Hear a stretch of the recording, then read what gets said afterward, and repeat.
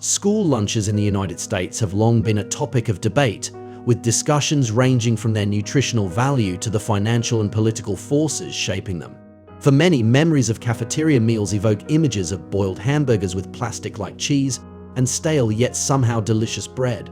Despite their reputation, school lunches are a cornerstone of American education, serving as both a necessity and a battleground for competing interests. Each year, approximately 4,900 million school lunches are served, creating a multi-billion-dollar industry that feeds millions of children. The foundation of this system is federal funding, but the money must pass through numerous channels before reaching students' trays. School districts decide what to order, while large food corporations claim their share of the profits. The journey from farm to cafeteria has been shaped by decades of policy changes, industry lobbying, and shifting nutritional guidelines. The roots of school lunch programs in the United States date back to the mid-1800s. In 1853, the Children's Aid Society of New York started an informal meal service for vocational school students.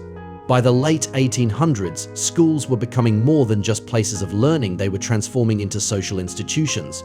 With the involvement of physicians and nurses, cases of malnourishment among students became widely documented.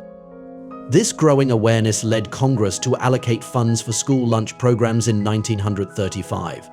However, not everyone supported the initiative. Restaurant owners, fearing lost business, took legal action against school districts.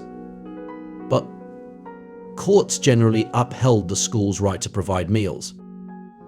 By 1941, approximately 6 million students were benefiting from government-funded lunches. The surplus-driven system meant schools received food items that farmers had in excess, such as pork, dairy, and wheat.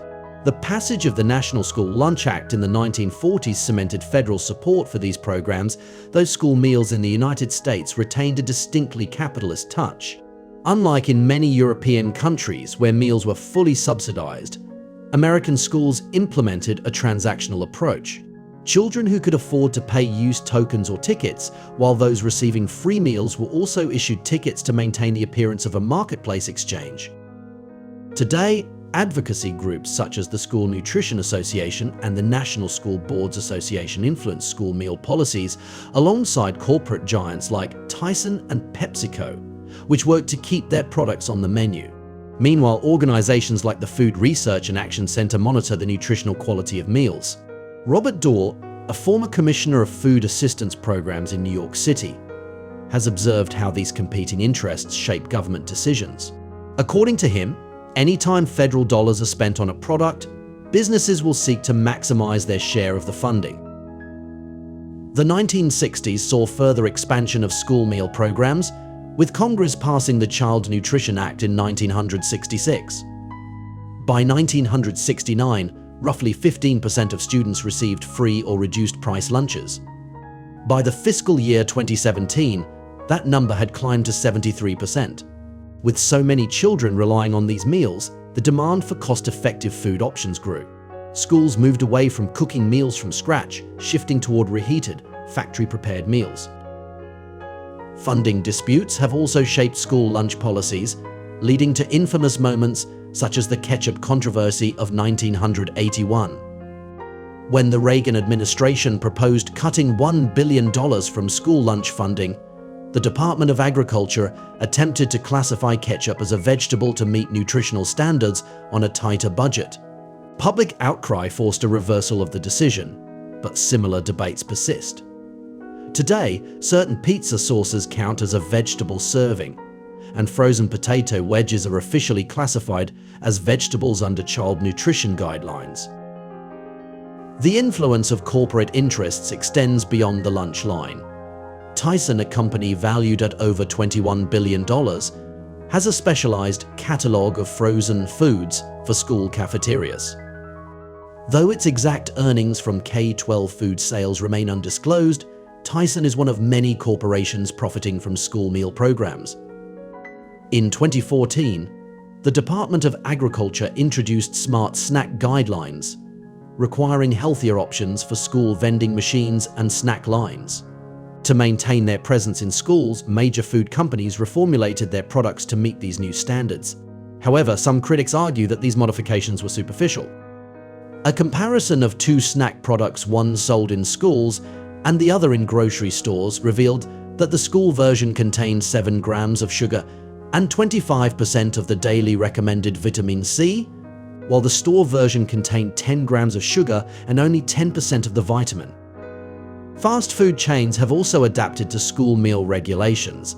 Domino's, for example, offers a Smart Slice program featuring pizzas designed to meet school nutrition standards. Schools that purchase these pizzas accumulate reward points which can be exchanged for branded merchandise or cafeteria equipment. Domino's maintains that its school meal program benefits both students and schools, keeping participation rates high while adhering to USDA guidelines. The School Nutrition Association, which represents school food service providers, lists Domino's and Tyson as industry members companies that pay for access to newsletters, advertising, and legislative contacts. Corporate influence reaches beyond the cafeteria, infiltrating school fundraisers and events. Brands such as Krispy Kreme sponsor reading programs, while McDonald's hosts McTeacher's Night, where teachers work behind the hater where they hope that their students will visit and generate sales. Some districts, like Los Angeles, have discontinued such programs due to criticism, but others continue to participate. These financial entanglements raise questions about the role of school meals in public health.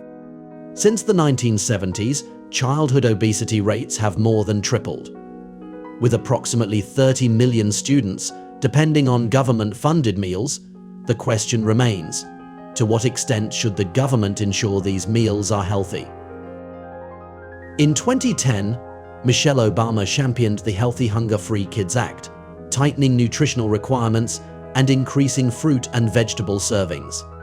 While the initiative aimed to improve student nutrition, its implementation led to unintended consequences. While more students took fruits and vegetables, the same proportion as before ended up discarded. Essentially, while consumption increased, so did waste. The fragmented nature of the school meal system makes it difficult to track which companies profit the most or whether students receive high-quality food. Some individuals, like former Noma chef Dan Giusti, are working to change this dynamic. Through his organization, Brigade, he aims to bring scratch cooking back to school cafeterias, even on a budget of $1.25 per meal. His goal is to transform the perception of school lunches from an unavoidable disappointment to something genuinely nutritious and enjoyable. The Trump administration made regulatory changes in 2018, loosening restrictions on whole grains, sodium, and flavored milk to offer schools more flexibility. However, the financial and political battles over school meals are unlikely to end anytime soon. At the heart of the debate are the children who depend on these meals, often receiving their best meal of the day in the school cafeteria. For students facing food insecurity, weekends, holidays, and snow days are not just breaks from school, they are days without guaranteed meals. Studies indicate that well-nourished students perform better academically, with millions of children relying on school lunches every day. Ensuring that these meals are both accessible and nutritious remains an ongoing challenge. Whether through government intervention, corporate accountability, or grassroots initiatives, the future of school meals will continue to shape the health and education of generations to come.